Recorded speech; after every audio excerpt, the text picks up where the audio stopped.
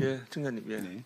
우리 세무 플랫폼 관련돼서 예. 작년 국감 때도 우리 동료 의원님 좀 지적이 있었고 또 최근에 여러 가지 이슈들이 많은데 이 부분이 저는 이게 국세청이 이런 세무 플랫폼 업체들을 제도권 내에서 제대로 관리할지 아니면 지금처럼 시장에 그냥 맡겨둘지에 대한 입장을 좀 분명히 좀 정해야 될 필요가 있다고 생각합니다. 네. 지금 최근에 보면 자꾸 확대되고 있어요. 지금 원래 3.3에서부터 시작해서 이제 토스라는 데도 뛰어들었고 해서 세무대행 플랫폼은 계속 늘어나는데 이 중에 이제 규모가 영세하거나 또 기술력이 좀 좋지 않은 데는 최근에 우리 납세자에게 구체적으로 피해를 일으킨 사례도 있는 거 아시죠? 예. 보면은 3.3 같은 경우에는 지금 표시광고법, 개인정보보호법 위반으로 지금 공정위 조사하고 검찰 수사도 받고 있고 이 중에 아까 쌤 157이라는 데는 올해 아마 2025년 종합소득세 신고 과정에서 신고를 제대로 마무리 못했죠. 예, 그래서 문제가 있었습니다. 한 2만 5천 명 정도 되는 납세자들한테 이게 가산세가 부과되도록 해서 실질적으로 지금 우리 세무행정에도 되게 문제가 많고 예. 또 납세자 개인들에게도 되게 피해를 많이 끼치고 있습니다. 근데 보면 우리 국세청은 지금 규제 근거법이 없다라고 하는 그런 입장으로 좀 손을 놓고 있는 것 같아요. 예. 지금 국세청의 관리 수준이 지금 조금 문제가 있다고 좀 생각하시죠? 예. 이 세무 플랫폼이라는 게 이제 새로운 형태의 비즈니스여서 그 전에 이제 규제법으로는 지금 포섭이 안 되고 있는데 지금 저희 준비 중이고 예. 의원님께서도 좀 많이 도와주시면 감사하겠습니다. 네. 그래서 요번에 특히 이제 요 피해를 입은 사람들이 보면 개인 사업자거나 프리랜서거나 자영 아르바이트생들이어서 이게 실제로 서민들한테 이렇게 실질적인 피해를 좀 끼치고 있거든요. 예. 그래서 지금 이번에도 근데 제가 뭐 준비하신다니까 참 다행인데 예. 이번에 이 내용을 좀 조사하면서 우리 국세청에 자료를 요구할 때 국세청에서 이게 아마 실무진들 좀 반응인데 운영업체 현황을 관리하지 않는다. 서비스 장애를 구분하기 어렵다. 민간 플랫폼을 이용한 납세자를 국세청이 구제하기 어렵다. 이런 좀 책임 회피성 답변들이 많았습니다. 실제로. 그래서 이거는 지금 좀 전에 우리 청장님이 얘기한 준비하고 있다라고 하는 그 기조와는 맞지 않은데 우리 국세청에 계신 공무원분들도 납세자들이 실제로 피해를 보고 있는 이 상황을 좀 엄밀하게 좀 직시해서 여기에 대한 현실 인식을 좀 같이 좀 해야 될 것 같아요. 이게 보면 지금 우리 현행 제도상은 세금을 납부할 주체로 납세자 개인이나 아니면 회계사, 세무사 같은 세무 대리인만 인정하지 않습니까? 그런데 이 플랫폼 업체들은 이런 것들 고지도 안 합니다.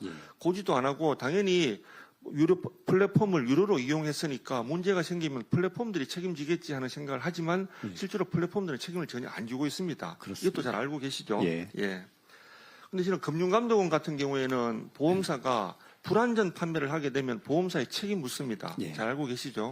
그래서 저는 국세청도 이 세무 플랫폼 가입자들에 대해서 법이나 제도를 좀 빨리 좀 정비를 해서 이런 불완전 판매 같은 것들로 인해서 피해를 입을 경우에 구제책 같은 것들을 좀 제대로 만들어야 될 것 같습니다. 다 공감하시죠? 예, 필요성 절감하고 있습니다. 그래서 저는 이게 아까 스웨덴식 세무행정에 좀 가깝다고 말씀을 하셨는데 그러면 저는 홈택스의 기능을 좀 더 고도화해서 정말 일반 납세자들이 우리 홈택스를 이용해서 세금의 신고나 또 이렇게 환급 같은 것들도 좀 제대로 잘 받을 수 있도록 빨리 고도화를 하는 게 되게 필요할 것 같고 그런 과정에서 여러 가지 기술력이나 이런 것들이 부실한 세무 플랫폼들은 도태되도록 하고 홈택스와 경쟁할 수 있는 제대로 된 플랫폼들에 대해서는 제도권 내로 이렇게 끌어들여서 제대로 된 납세 서비스를 할 수 있도록 만드는 게 저는 이 납세자들을 보호하는 길 아닌가 하는 생각이 듭니다. 그래서 이 부분 아까 좀 준비하고 계시다고 하셨으니까 저는 여러 가지 법이나 제도를 어떻게 개선할지 이런 부분들에 대해서 그 준비가 되면 저는 가급적이면 우리 이번에 종감 전까지 향후의 계획 같은 것들 이런 부분들 청장님이 좀 준비되시는 대로 의원실을 좀 말씀을 해주시면 이 부분에 대해서는 좀 같이 개선할 수 있도록 저는 힘을 보태겠습니다. 보고 드리겠습니다.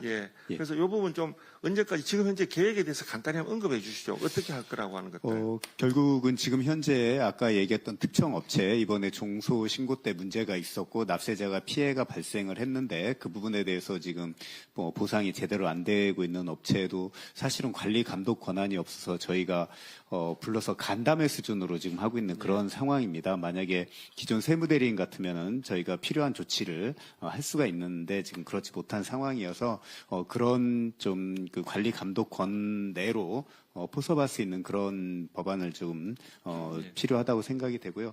그다음에 이제 아까 종국적으로 국세청이 그 납세자에게 직접 서비스를 제공을 해서 굳이 수수료 내고 플랫폼 업체를 이용하지 않아도 되도록 해야 되는 그런 부분들, 뭐 아까 예를 들면 영세 인적 용역 사업자들의 그 원천 징수 과다 징수에 대한 환급 같은 거, 그런 거는 저희들이 알아서 이렇게 하도록 지금 그렇게 해 나가고 있습니다. 예.